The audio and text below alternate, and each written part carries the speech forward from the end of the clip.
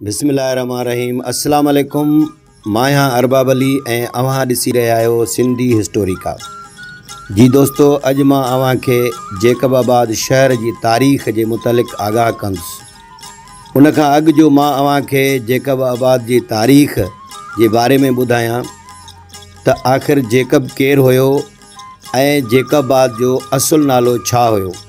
जेकॾहिं तव्हां मालूम करणु चाहियो था त हिन वीडियो खे आख़िर ताईं ॾिसंदा ऐं वधीक वीडियोज़ लाइ असांजे चैनल सिंधी हिस्टोरिका खे सब्सक्राइब कंदा। जेकबाबाद सिंध जे उतरे पासे जो आख़िरी ज़िलो आहे ऐं उन खां पोइ बलूचिस्तान शुरू थिए थो। ज़िलो जेकबाबाद 3 तालुक़नि ते मुश्तमिल आहे, जंहिंमें जेकबाबाद शहर, गड़ी खैरो ऐं ठुल शामिल आहिनि। जेकबाबाद जूं सरहदूं सिंध जे ज़िला कंदकोट कशमोर, शिकारपुर ऐं उत्तर में बलूचिस्तान जे ज़िला जाफ़राबाद ऐं डेरा बुगटी सां मिलंदियूं आहिनि। जेकबाबाद जी कुल एराज़ी 2686 स्क्वायर किलोमीटर आहे ऐं 2017 जे आदमशुमारीअ मूजिबि हिन जी आबादी 12 लख माण्हुनि ते मुश्तमिल आहे ऐं जेकबाबाद पाकिस्तान जो आदमशुमारी जे लिहाज़ खां 43हों वॾो ज़िलो आहे। जेकबाबाद में सिंधी ॿोली सां गॾोगॾु बलूचिस्तान जे सरहदी शहर हुजण करे बलोची ॿोली पिणु ॻाल्हाई वेंदी आहे। जेकबाबाद शहर में हिंदू कम्यूनिटी पिणु वॾे अंग में आबाद आहे, जेका ख़ासि तौरु वापार ऐं तिजारत सां लाॻापियल आहे। जेकॾहिं असां जेकबाबाद जे मौसम जी ॻाल्हि कयूं त जेकबाबाद साउथ एशिया जो गरम तरीन शहर आहे, जिते गर्मी पद 53 सेंटीग्रेड रिकॉर्ड कयो वियो आहे। जेकबाबाद में हिकु क़दीमी रेलवे स्टेशन आहे, जेका जेकबाबाद खे कराची, कोयटा, लाहौर तोड़े नंढनि ऐं वॾनि शहरनि सां ॻंढे थी।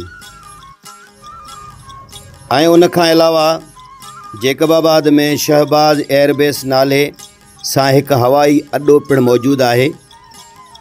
हीउ हवाई अॾो अमेरिका ऐं अफ़गान जंग में अमेरिका जे हवाले कयो वियो हो, पर हींअर पाक फ़ज़ाईअ जे कंट्रोल हेठि आहे। जी दोस्तो, तव्हांखे ॿुधाईंदो हलां त जेकबाबाद जो असुल नालो खानगढ़ हुयो, पर अंग्रेज़नि जे दौर में खानगढ़ में अंग्रेज़नि पंहिंजो हेडक्वार्टर क़ाइमु कयो हो। उते कर्नल जॉन जेकब जे नाले सां हिकु ऑफिसर मुक़ररु कयो वियो हो।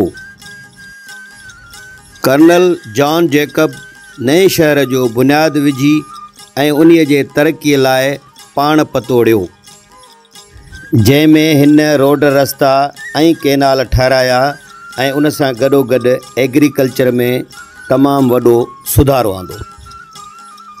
उन्हीअ करे हिन शहर ते जेकब जो नालो पियो ऐं बाद में हिन शहर जो नालो जेकबाबाद थी वियो। अहिड़ी तरह जेकब पंहिंजे मरण खां अॻु वसियत कई, जेकॾहिं मां मरी वञा त मूंखे जेकबाबाद में ई दफ़नायो वञे। तंहिं करे हिन वक़्त ताईं हुन जी क़बर उते मौजूदु आहे। जी दोस्तो, जेकबाद में हर साल फरवरी महीने में हार्स एंड कैटल शो पिणु मुनक़िद कयो वेंदो आहे, जंहिंमें मुख़्तलिफ़ जानवरनि जी नुमाइश कई वेंदी आहे। जी दोस्तो, इहो हुयो असांजो अॼु जो वीडियो जेकबाद जे तारीख़ जे मुतलिक़, जेको अव्हांखे आगाह कयोसीं। जेकॾहिं हीअ वीडियो अव्हांखे पसंदि अचे त ज़रूरु लाइक कंदा ऐं असांजे चैनल खे सब्सक्राइब कंदा। वॾी महिरबानी। अस्सलाम वालेकुम।